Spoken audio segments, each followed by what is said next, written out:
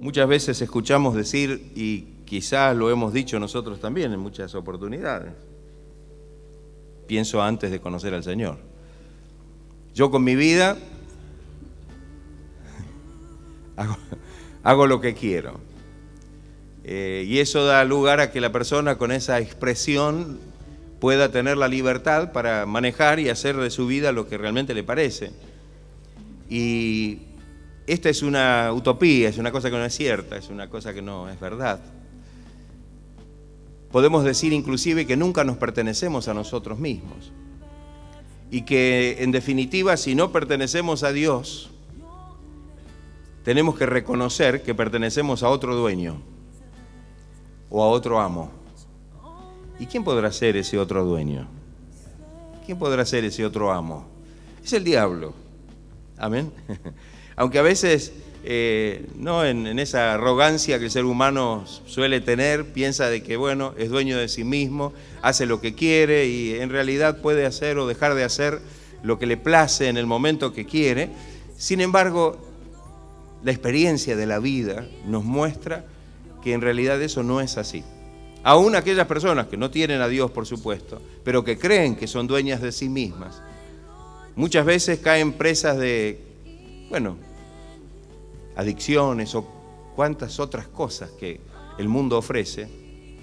Y a veces dicen, bueno, pero yo no tengo problema porque yo puedo dejar cuando quiero, puedo manejar esto y sabemos que en la mayoría de los casos la persona no puede hacer eso.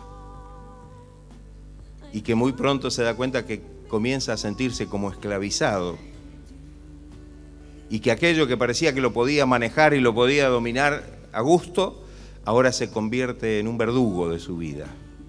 Porque en definitiva, muchas de esas cosas terminan con la condenación en lo que hace a lo espiritual, pero también con la muerte y con realmente un terrible problema en nuestra vida presente. Entonces, qué importante para nosotros poder mirar lo que dice la Biblia en relación justamente con esta situación y con esta declaración. Si no somos del Señor, si dice el Señor, el que no está conmigo, contra mí es. ¿Y quién es el que está contra el Señor? ¿Quién es el enemigo del Señor, el enemigo de Dios? En realidad el enemigo de Dios es el diablo. Y es el enemigo de nuestras almas. Por supuesto, todo aquel que anda en el mundo y sin Dios y está con el enemigo, también se constituye enemigo de Dios. ¿O no es así? Por eso Dios dice que cuando Él nos salvó, nosotros estábamos en esa condición, éramos enemigos de Él. Y muchas veces la persona dice, no, pero yo nunca fui enemigo de Dios. Es más, yo creía en Dios. Y sin embargo la Biblia nos afirma de que esa creencia en realidad no revela que estemos verdaderamente en una relación con el Señor de amistad o una relación espiritual con Dios. Entonces, las verdades bíblicas las tenemos que aplicar a nuestra vida. Muchas veces las verdades bíblicas las acomodamos a la forma en que a nosotros nos parece. Y esto suele traer terribles consecuencias a nuestra vida. Si yo no creo en lo que dice la Biblia, en lo que la palabra de Dios expresa, de la manera que lo hace, y trato de acomodar eso y decir, no, pero esto no es tan así, tal vez no debemos fanatizarnos o no debemos, seguramente vamos a caer en una situación que verdaderamente es totalmente contraria a la voluntad de Dios. Sabemos que muchas veces, aún aquellos que dicen conocer al Señor, piensan, si no se ajustan a lo que realmente Dios quiere, piensan que todo está bien. Ustedes deben recordar el mensaje, una de las cartas que recibió la iglesia de la Odisea, amén. Esas 7 iglesias de Asia Menor, el último mensaje, la última iglesia que se menciona es la iglesia de la Odisea, y era una iglesia que, ¿cómo creía que estaba? ¿Cómo creía que estaba? ¿Qué decía la iglesia de sí misma? Que era rica, que no tenía ninguna necesidad y que tenía todo lo que podía necesitar, lo tenía suplido, estaba perfectamente bien.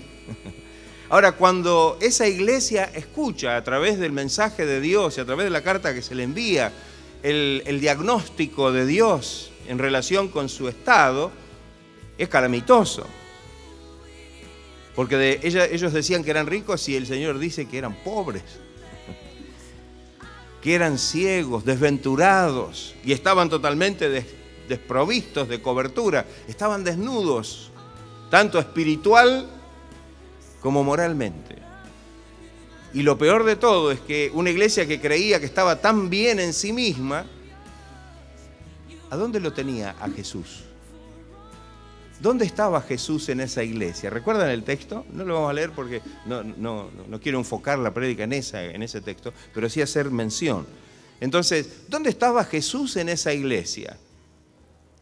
En esa iglesia Jesús estaba en la puerta. Y yo hago otra pregunta para clarificar un poco más. ¿De qué lado de la puerta estaba? ¿Del lado de adentro o del lado de afuera? Estaba del lado de afuera. Y bien claro dice el mensaje que Jesús, estando en la puerta de la iglesia del lado de afuera, estaba llamando.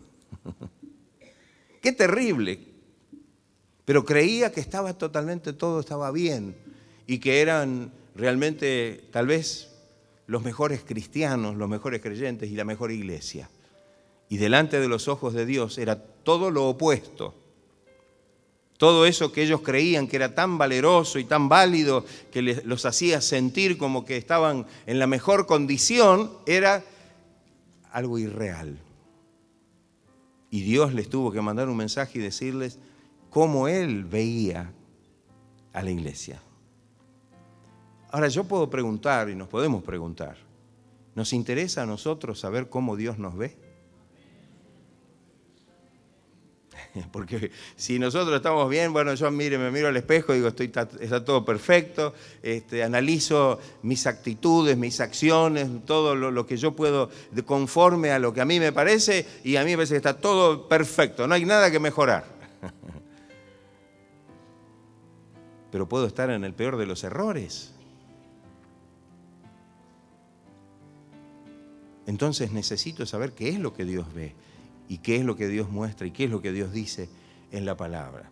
Por eso es que cuando se expresa esto, por eso Pablo dice, o ignoráis, o no sabemos, en otras palabras más sencillas, no sabemos que realmente ahora que somos cristianos, que somos del Señor, somos templo del Espíritu Santo. Es decir, que nuestro cuerpo es un templo donde el Espíritu de Dios mora, habita, dice el cual, hablando del Espíritu Santo, está en vosotros, el cual tenéis de Dios, y que entonces no sois vuestros, no sois vuestros. Y luego dice el por qué, o explica, porque habéis sido comprados por precio, glorificad. Entonces, si es así, a Dios en vuestro cuerpo y en vuestro espíritu, los cuales son de Dios. Es decir, entonces vivamos para Él. Glorificar a Dios significa actuar de tal manera que su nombre reciba gloria. Como dice ese himno que siempre recuerdo y lo digo siempre, que es tan hermoso. Señor, oh Señor, ayúdame a vivir de tal manera que tu nombre sea glorificado. ¿Cómo puedo glorificar a Dios? Gloria a Dios. Y queda la palabra ahí retumbando. Pero ¿cómo Dios quiere que le glorifiquemos más allá de hacer o de dar una expresión a través de lo que decimos, sino a través de una vida consagrada, entregada para la gloria y para la honra de su nombre? Hemos tomado conciencia de que nuestra vida no nos pertenece, que de todas maneras eso era una cosa, no era real, que ahora que hemos conocido al Señor y que hemos aceptado la obra redentora de Cristo, implícitamente estamos aceptando que el precio pagado en esa obra de rescate, de redención, que fue la sangre de Cristo, nos compró. Nos compró. ¿Qué dice el apóstol Pedro? que no hemos sido rescatados de nuestra vana manera de vivir, con cosas corruptibles, como oro o plata, sino ¿con qué? Con la sangre preciosa de Jesucristo, como de un cordero sin mancha y sin contaminación. Así que fíjese de qué manera y con qué precio el Señor nos compró. El Señor nos compró. Esto habla de que el Señor nos rescató, ¿no? La palabra redención habla de rescate. El Señor pagó el precio del rescate y ahora le pertenecemos a Él. Estábamos en manos de otro amo o de otro dueño. No éramos que estábamos solitos y bueno, yo era dueño de mí mismo. No, Él nos rescató ¿de dónde? Del reino de las tinieblas y nos trajo al reino de su amado Hijo, al reino de la luz. Aleluya, gloria sea el nombre del Señor. ¿No es así, hermano? Nos rescató de las manos de Satanás. Porque aunque el mundo esto no lo quiere aceptar, no, yo hago mi vida, yo hago lo que quiero, pienso lo que quiero, hago lo que quiero, digo lo que quiero, me muevo, no me muevo.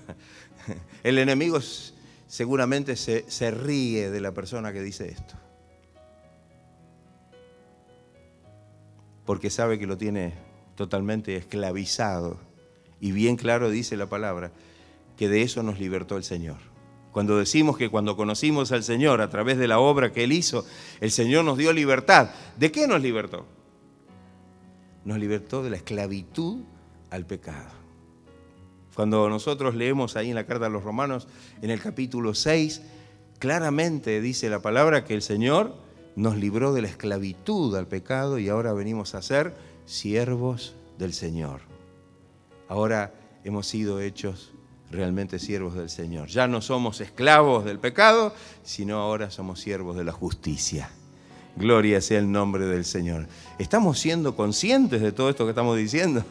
Es tan importante esto, ¿no? Porque muchas veces nos animamos a tomar decisiones a la ligera, nos animamos a decir, bueno, yo voy a tomar la decisión que a mí me parece y voy a hacer esto y voy a hacer aquello. Fíjese que aún en relación a la administración de los tiempos, el Señor dice, no digas voy a hacer esto mañana y pasado voy a hacer aquello y lo otro, porque no sabes si vas a estar mañana. Entonces dice el Señor, si Dios quiere, si Dios quiere, si es la voluntad del Señor, si está dentro de su propósito y su designio, de otra manera todos nuestros proyectos y todos nuestros planes pueden quemarse en un momento. Y yo digo, qué importante el concepto en sí para que nosotros podamos vivir la vida cristiana de la manera que el Señor quiere que lo hagamos. Hay un pasaje que cuando lo leemos muchas veces ni siquiera lo relacionamos con esto. Yo quisiera que lo leamos y vamos a ver si lo podemos enlazar. Y lo tenemos en el Evangelio, en los Evangelios en realidad está. Pero vamos a leerlo del Evangelio de Lucas. Evangelio de Lucas.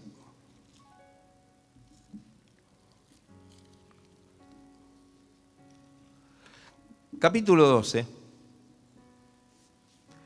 San Lucas, capítulo 12.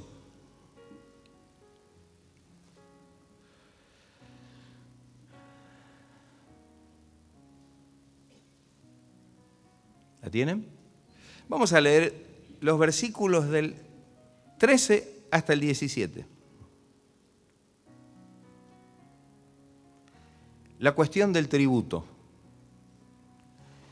Dice, y le enviaron algunos de los fariseos y de los herodianos para que le sorprendiesen en alguna palabra a Jesús, ¿no? Querían sorprenderlo en algún tema o en alguna cosa para condenarlo, para acusarlo.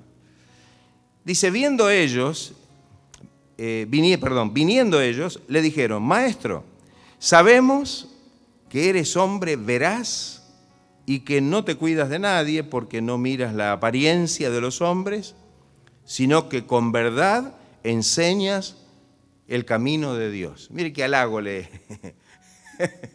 qué palabras de halago le dijeron al Señor. ¿Eran sinceras estas palabras? ¿Sí o no? No eran sinceras. Mas él, percibiendo que la hipocresía de ellos, eran hipócritas, estaban diciendo algo que no sentían, les dijo: ¿por qué me tentáis? Traedme la moneda para que la vea.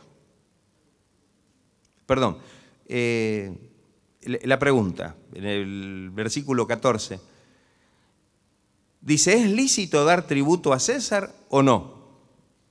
¿Daremos o no daremos el tributo a César? Mas él, percibiendo la hipocresía de ellos, la forma en que venían para poder prenderlo en alguna cosa, les dijo: ¿por qué me tentáis? Traedme la moneda para que la vea. Ellos le trajeron la moneda.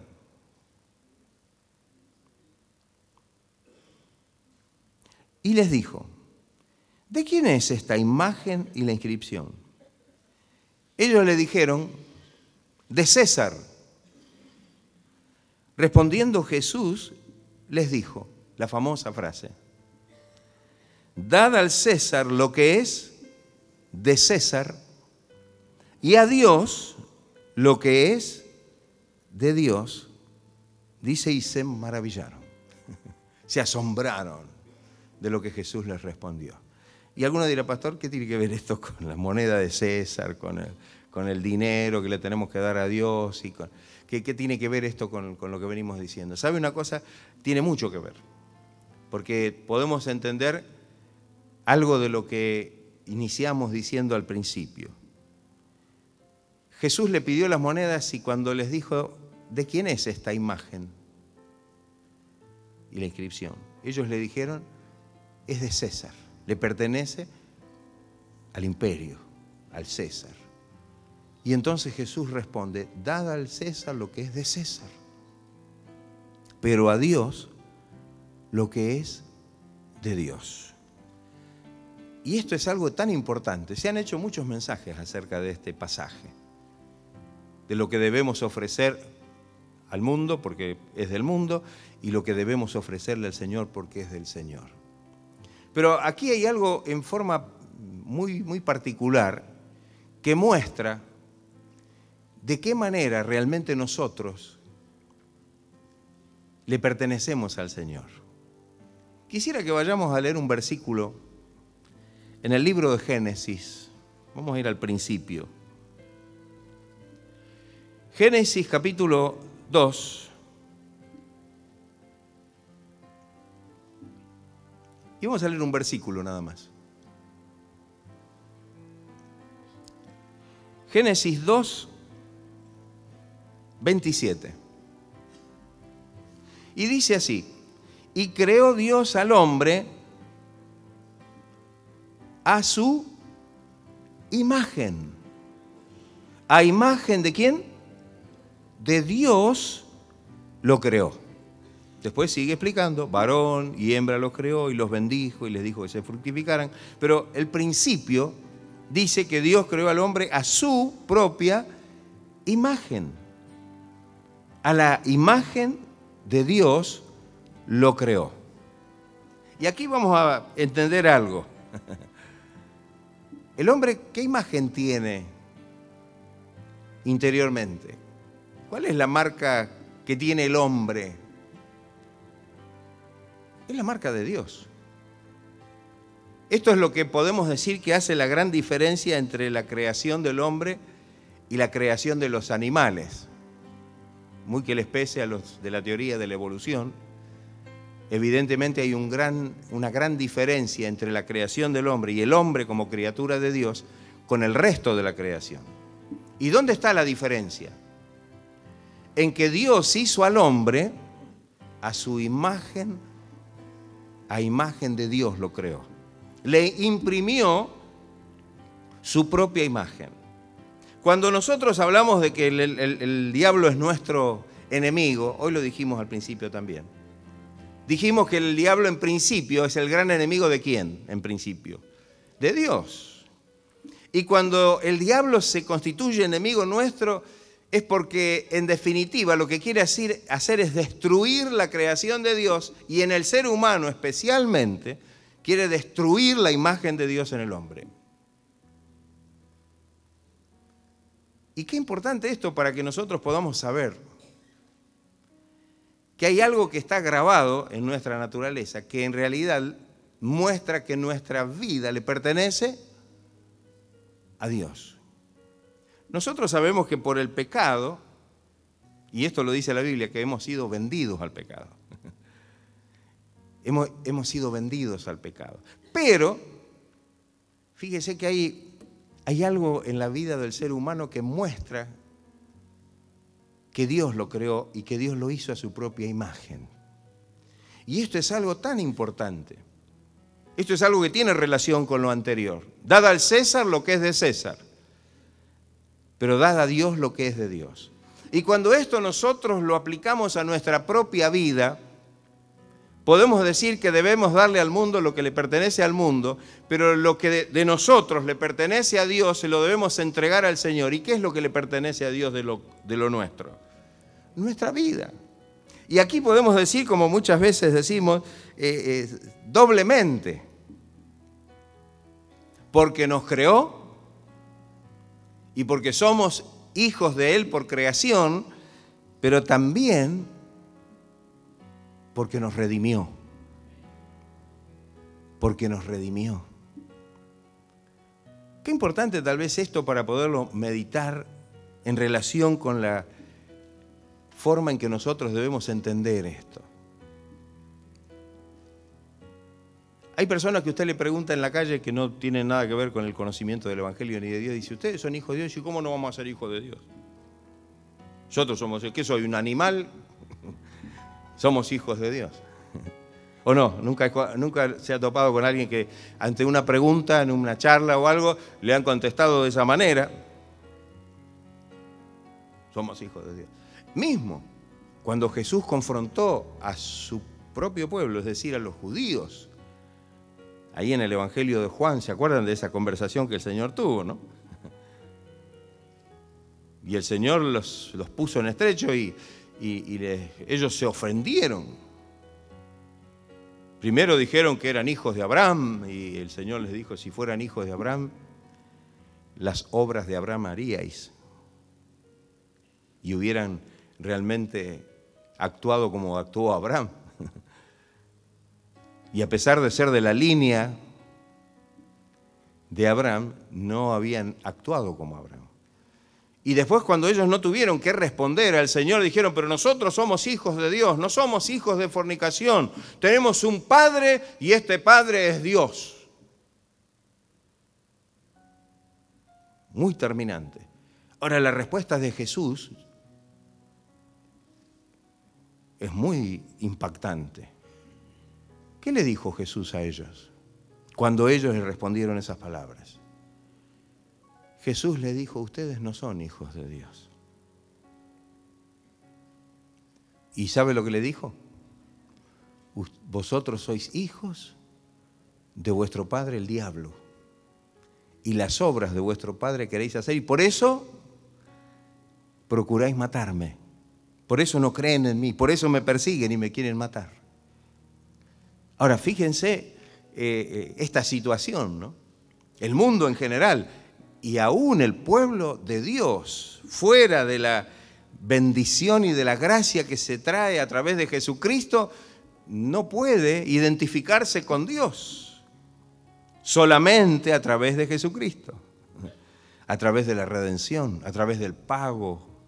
Por eso entonces que somos como doblemente de Dios. Porque el hombre se perdió y pasó a manos del enemigo cuando desobedeció e hizo lo que Dios le dijo que no debía hacer. Cuando Dios puso al hombre en el huerto del Edén, le dio instrucciones que no fueron tantas. Porque en realidad la instrucción que le dio, más allá de que debían labrar el huerto, debían cuidarlo, debían atenderlo, era que no comieran de ese árbol que está ahí, que era el árbol de la ciencia del bien y del mal. Y después de todo árbol del huerto pueden comer. Pero vino el enemigo, vino el diablo, ¿y qué hizo? Los tentó. Le dijo, ¿con que Dios les dijo que no van a poder comer de todo árbol del huerto? No, Dios no dijo eso. Solamente de ese árbol. Pero los engañó, ellos desobedecieron a Dios. Era sencillo la obediencia. Decir, no, mire, ese árbol no lo vamos a probar. Porque en definitiva, esa prueba era la prueba de la libertad que el hombre tiene para elegir. Y alguno dirá, bueno, pero ¿por qué estaba ese árbol ahí? Eso al final fue el problema para el ser humano. No, es que si Dios creó al hombre con la libertad, con el libre albedrío, ese libre albedrío debía ser probado. Porque si no tenía opción para elegir, ese libre albedrío no hubiera sido verdadero. El hombre hubiera sido un autómata, una máquina y listo, fue programado así y así actuaba. Pero Dios le dio la capacidad de poder elegir y ellos en esa capacidad eligieron desobedecer a Dios y atender a lo que el enemigo les estaba diciendo. El resultado de esto fue muy grave, porque en ese instante se cumplió lo que Dios les dijo a ellos que iba a pasar, que de cierto iban a morir. Y algunos dirán, no, pero no murieron. La historia de la Biblia dice que sí, no murieron. En ese momento, lo primero que se dio como muerte fue la muerte espiritual, es decir, la separación del hombre de Dios, de la comunión, de la fuente de vida espiritual que era Dios. Por eso cuando la Biblia, aún el Nuevo Testamento, menciona la muerte espiritual, habla justamente de esa separación del hombre de Dios por el pecado. Y ahí el hombre ya no perteneció más, sino que ahora pasó a manos de otro amo o de otro señor, entre comillas, que fue el diablo. Por eso es que es tan importante hoy como cristianos que podamos entender el valor de la redención y por qué ahora somos del Señor. Y quizá, como muchas veces decimos, somos doblemente del Señor, ¿no? Como esa pequeña historia que contamos a veces, que la hemos contado muchísimas veces, pero es muy clara para ilustrar de qué manera somos doblemente del Señor, ¿no? Como aquel niño que vivía en el campo, en las sierras, y había tallado con sus propias manos un lindo barquito. Lo había moldeado y cuando lo tenía listo fue al arroyo y lo puso allí para ver cómo. Y dice que la corriente del arroyo enseguida lo llevó. Tal es así que trató de alcanzarlo pero no pudo y lo perdió. Eso que tanto le había costado y eso que tanto había amado por haberlo hecho con sus propias manos, ahora se había perdido. Tiempo después, yendo con su papá al pueblo a hacer algunas compras, en una de las vidrieras del pueblo, este niño ve a su barquito en venta. No tarda en decirle al padre, ahí está mi barquito, ese es el que yo hice. Y ambos entraron en el negocio. Pero claro, ahora ese barquito le pertenecía al dueño del negocio. Tal vez se lo había comprado a alguien que lo encontró. Entonces, lo que hizo este hombre fue pagar y comprar el barquito y dárselo nuevamente a su hijo. Y cuando el niño recibe el barco en sus manos, con mucho gozo, con mucha alegría en el corazón, lo estrecha sobre su pecho y dice, ahora sos doblemente mío, porque te hice y porque te compré.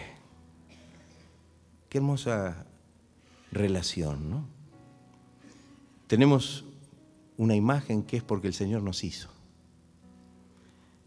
Tenemos una imagen que muestra que le pertenecemos al Señor, porque Él imprimió en nosotros la imagen de Dios. No hemos sido hechos a la imagen de Dios en el sentido antropomórfico de la palabra, nuestra forma exterior, sino nuestro espíritu, porque Dios es espíritu. Pero ahora hemos sido comprados por precio. Nos habíamos perdido, ya no le pertenecíamos al Señor. Ya no éramos de Él, ya no estábamos en las manos del Señor.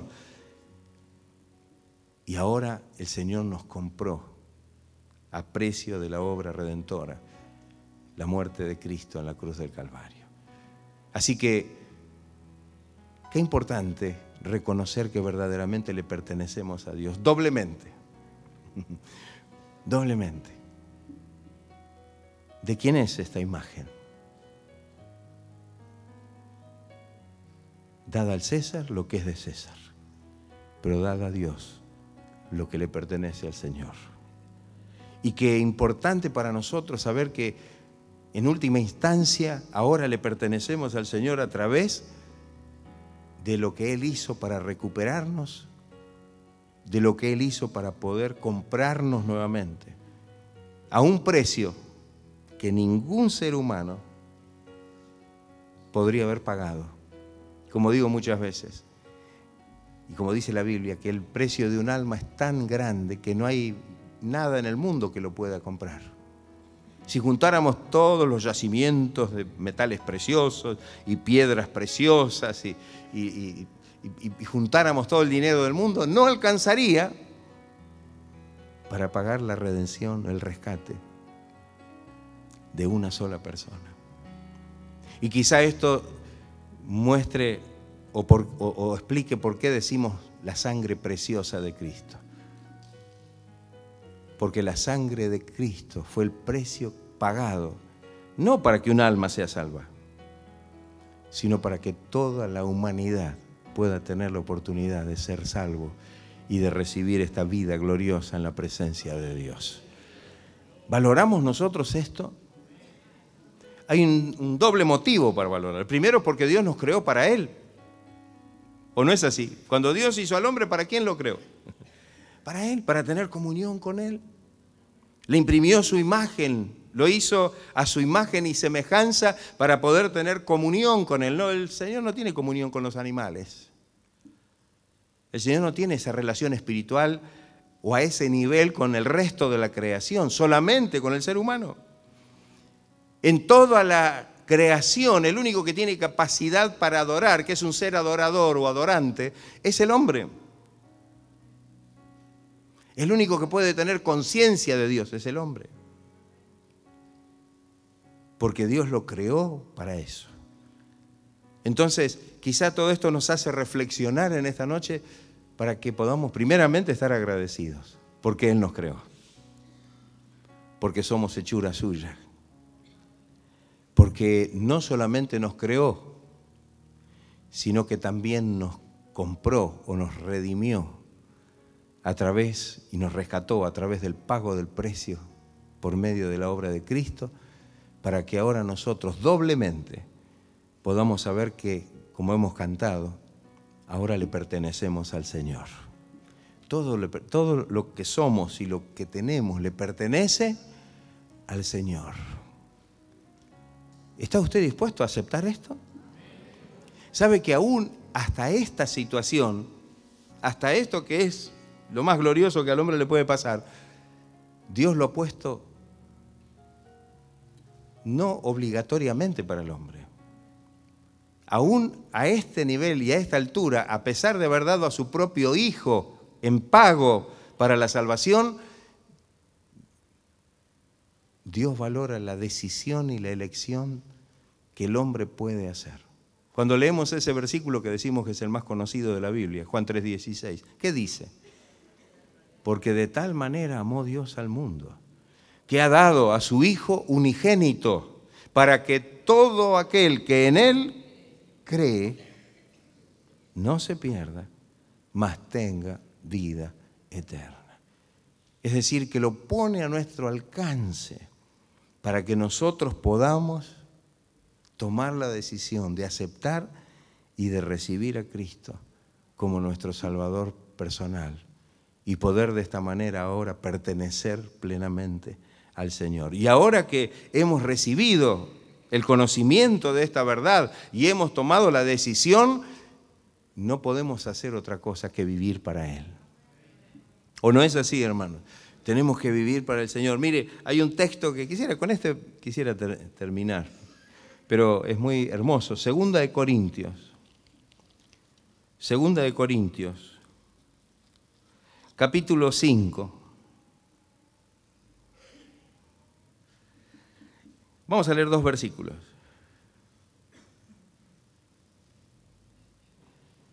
...14 y 15... Segunda de Corintios 5, 14 y 15. ¿Lo tienen? Mire lo que dice.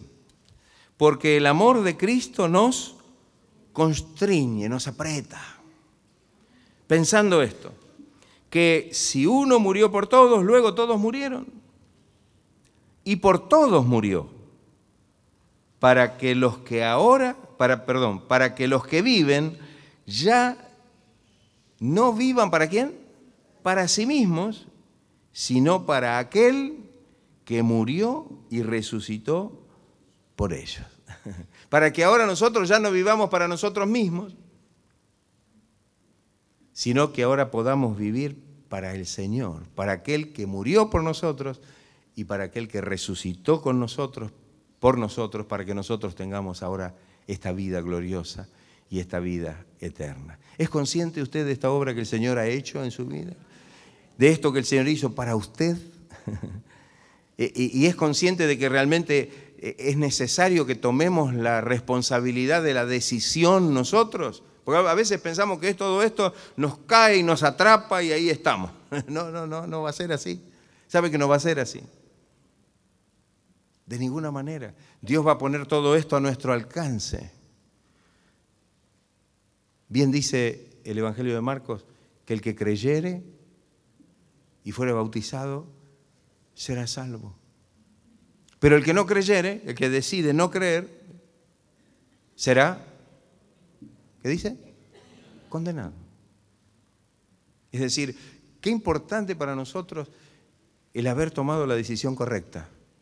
El de creer en el Señor, de aceptar a Cristo en nuestra vida, de poder realmente saber que por medio de Él pasamos de muerte a vida, muerte espiritual, porque estábamos desconectados de Dios espiritualmente y ahora esa conexión se ha unido para que ahora podamos estar realmente en comunión con el Señor. ¿No es así, hermanos? Claro. Y ahora digo, qué hermoso, que ahora podamos vivir para el Señor. Que ahora nuestra vida que le pertenece al Señor, la vivamos para el Señor. Para aquel que murió por nosotros y para aquel que resucitó por nosotros, para que tengamos vida eterna en la presencia del Padre. Que el Señor en esta noche nos ayude para que podamos tomar conciencia de que debemos tomar esta decisión, ¿sabe? Yo diría cada día.